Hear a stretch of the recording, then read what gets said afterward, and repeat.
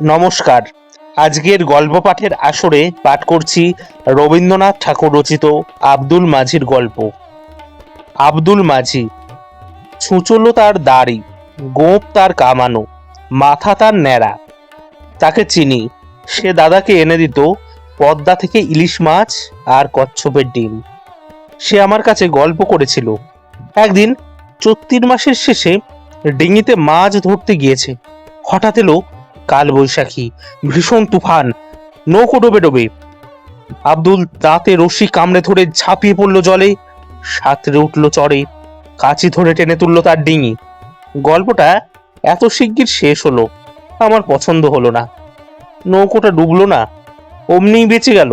কিন্তু গপ্পই নয়, বারবার বলতে লাগলুম। তারপর সে বললে, তারপর সে এক কাণ্ড দেখি, এক নেকড়ে বাঘ, ইয়া তার গোপজোড়া। ঝড়ের সময় সে উঠেছিল ওপারে গঞ্জের ঘাটের পাকুর গাছে। দমকা হাওয়া যেমনি লাগলো, গাছ পড়লো ভেঙে পদ্মায়, বাঘ ভায়া ভেসে যায় জলের তোড়ে, খাবি খেতে খেতে উঠলো এসে চড়ে।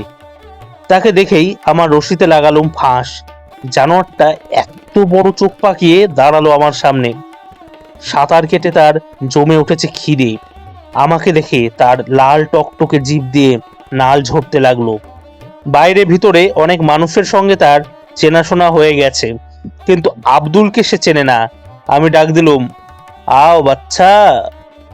সে সামনের দুপা তুলে উঠতেই দিলুম তার গলায় ফাঁস আটকে। ছাড়াবার জন্য যতই ছটফট করে, ততই ফাঁস এঁটে গিয়ে তার জিভ বেরিয়ে পড়ে। এই পর্যন্ত শুনেই আমি ব্যস্ত হয়ে বললুম, আব্দুল, সে মরে গেল নাকি? আব্দুল বললে, মরবে তার বাপের সাধ্য কি? নদীতে বান এসেছে, বাহাদুরগঞ্জে ফিরতে হবে তো। ডিঙির সঙ্গে জুড়ে বাঘের বাচ্চাকে দিয়ে গুণ টানিয়ে নিলেম অন্তত 20 ক্রোশ রাস্তা। গো গো করতে থাকে, পেটে দিই দাঁড়ের খোঁচা। 10-15 ঘন্টার রাস্তা 1.5 ঘন্টায় পৌঁছিয়ে দিলে। তারপরেকার কথা আর জিজ্ঞেস করো না বাবা, জবাব মিলবে না। আমি বললুম, আচ্ছা বেশ, বাঘ তো হলো, এবার কুমির? আব্দুল বললে, জলের উপর তার নাকের ডগা দেখেছি অনেকবার। নদীর ঢালুডাঙায় লম্বা হয়ে শুয়ে সে যখন রোদ পোহায়, মনে হয় ভারী বিচ্ছিরি হাসি হাসছে। বন্দুক থাকলে মোকাবিলা করা যেত। লাইসেন্স ফুরিয়ে গেছে, কিন্তু মজা হলো। একদিন কাচি বেঁধে নি, ডাঙায় বসে দা দিয়ে বাখারি চাচ্ছে, তার ছাগলছানা পাশে বাঁধা। কখন নদীর থেকে উঠে কুমিরটা পাঠার ঠ্যাং ধরে জলে টেনে নিয়ে চললো। বেদেনি একেবারে লাফ দিয়ে বসলো তার পিঠের উপর, দা দিয়ে ওই দানো গিরগিটির গলায় পোঁচের উপর পোঁচ লাগালো। ছাগলছানা ছেড়ে জন্তুটা ডুবে পড়লো জলে।